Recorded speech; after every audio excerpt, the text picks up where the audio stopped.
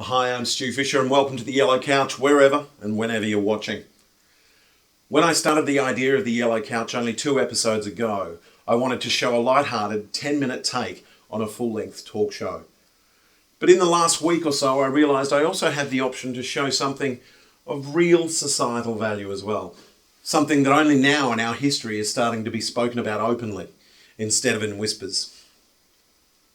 Last week was Mental Health Week in Australia, and I feel that it was the first time that Australians in the media and the general public have really and effectively spoken about the issues that face people with mental ill health and what we can do as a society to change that. I personally suffer from severe clinical depression, bipolar disorder, and adult diagnosed attention deficit disorder, and believe that the best way to start to deal with these conditions within ourselves, our loved ones, or society is to remove the stigma and talk openly. In this episode, I had the distinct honour of talking to good friend and comedian Mark McConville about not only how he deals with his own mental health challenges, but how he's working with some great people to change the way society deals with it also. We talked for about 30 minutes, and while the episode you're watching now is still only a fraction longer than the 10 minutes, including our awesome live musical guest, Lord Biggy P, the full interview will be posted separately on the Yellow Couch YouTube channel soon. Please share, like and subscribe. And as always, if you or anyone you know or even suspect is suffering from mental illness, please reach out to them. All through this episode will be contact details for some great organisations that can help. So now, it's October 17, 2014, and here are some of the highlights of what I think is a very important discussion on the Yellow Couch.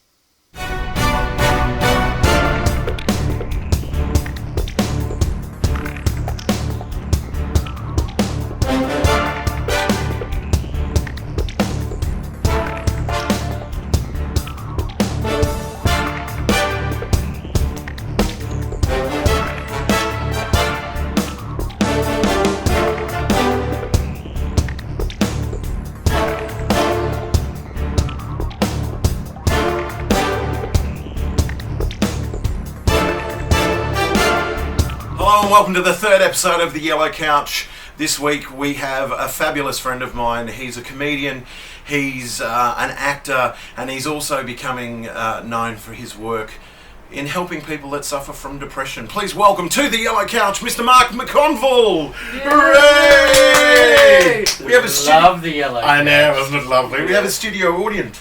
How are you, my friend? I'm fantastic. You're one of the hardest working comedians on the circuit.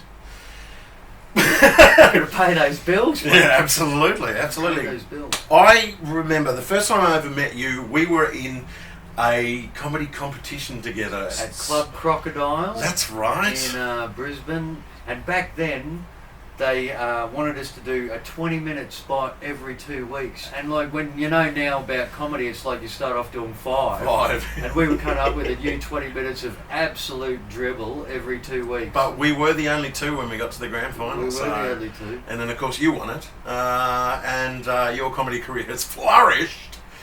Well, I think that's probably the only thing I've ever won. I think about it. You've won the respect from your peers. Yeah, well, it's taken 16 years. Absolutely. And you don't just do comedy though. What sort of other things are you doing in the entertainment field at the moment?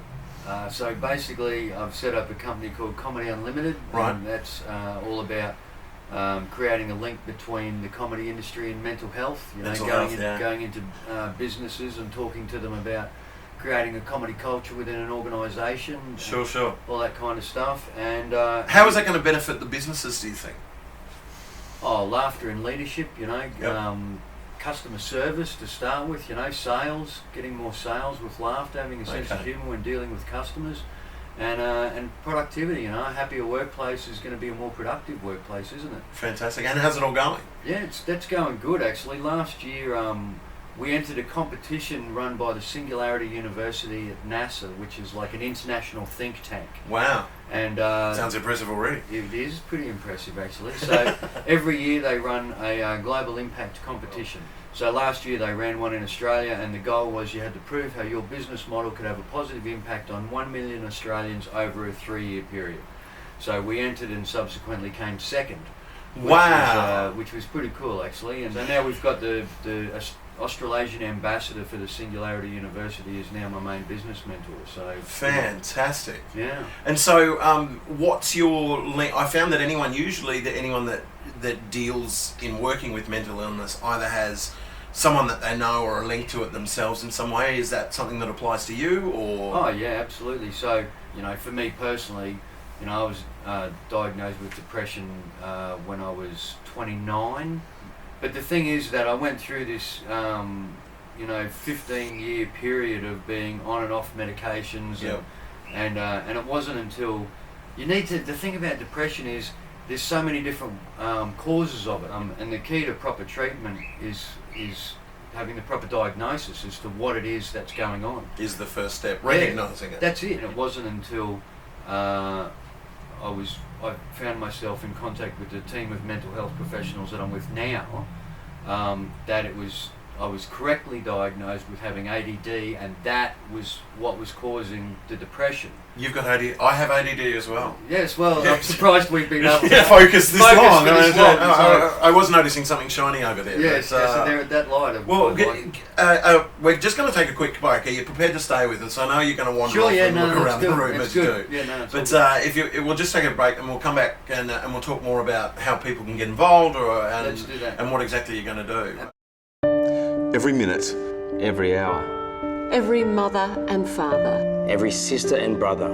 Every son and every daughter. Everyone you see. Everyone you cheer. Everyone you watch. And everyone you hear. Everyone you meet. everyone you know. Everyone you love. Everyone is affected. Reach out and get connected.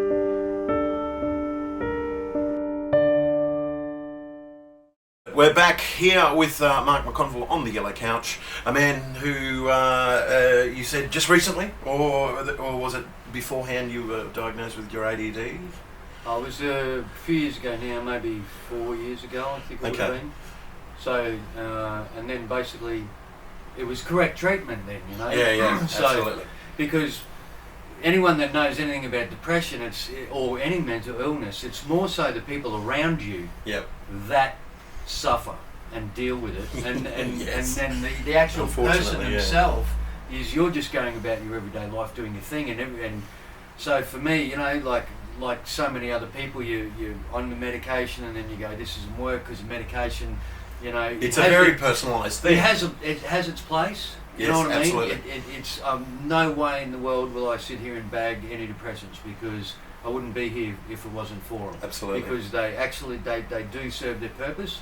But a lot of people, there's this stigma around them because people think that once you're on them, that's it. You're on them forever. And it doesn't have to be that way. No, that's right. But the thing with, as you know, the thing with the medications is they take a while to kick in. Yeah. It's not you take a pill today and then all of a And sudden tomorrow you're you're feeling fine. Yeah, it fantastic. doesn't happen.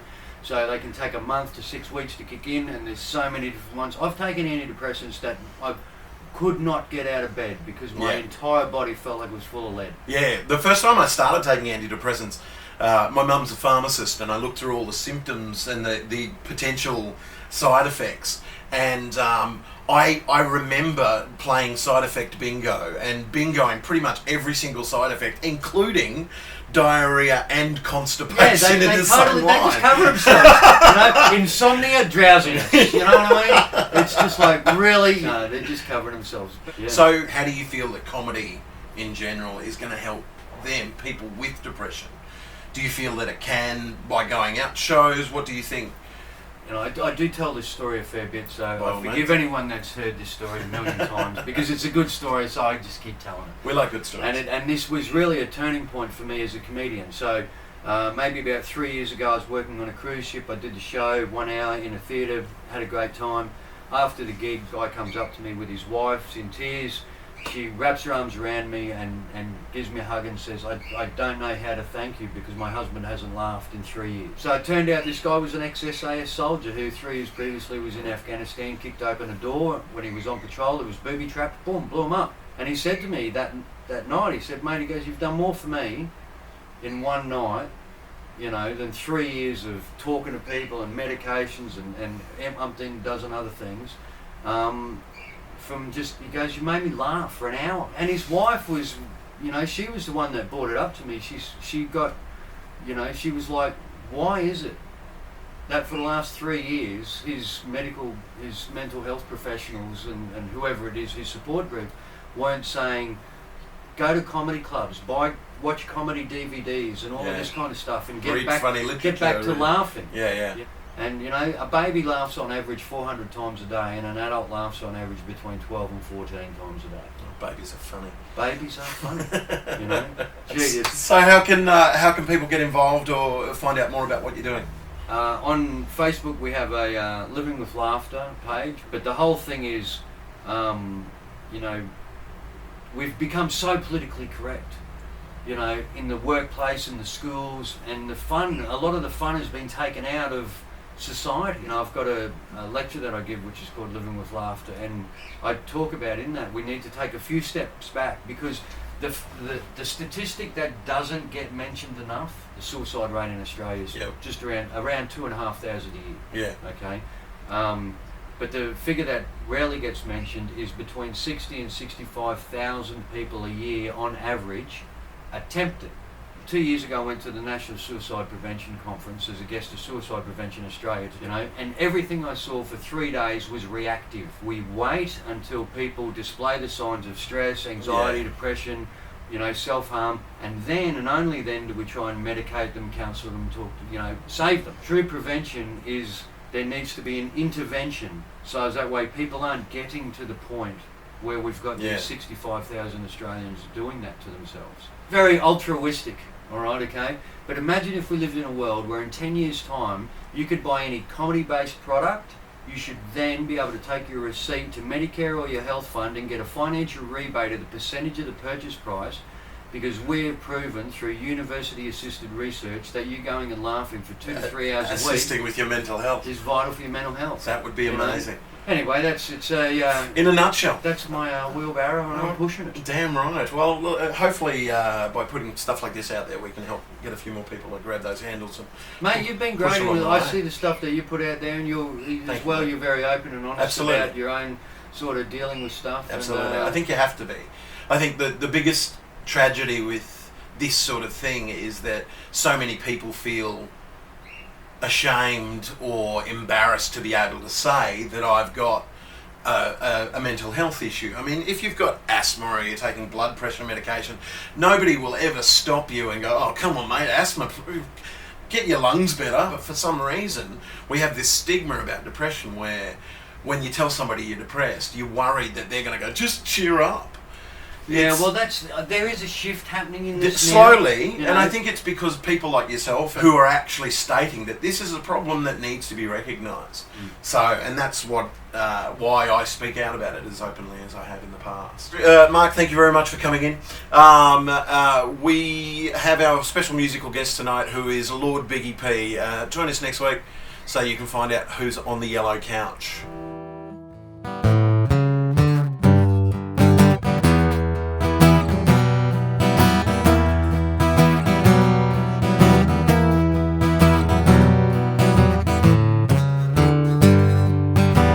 I miss you so much as we squabble and fuss, but is it all worth the pain we endure? I miss your kisses when you just won't listen. I learned my lesson, but I've been here before. I don't know why you don't see things my way. Girl, I love you, but I just can't stay. Somehow I know that we'll be alright if we just throw the rubbish away.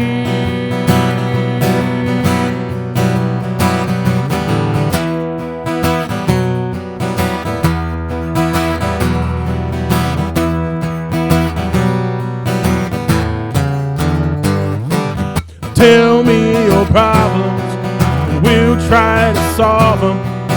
We can't get back to what we had before. I am so different, but you are so distant. I am convinced that you are a whore. I don't know why you don't see things my way. Girl, I love you, but I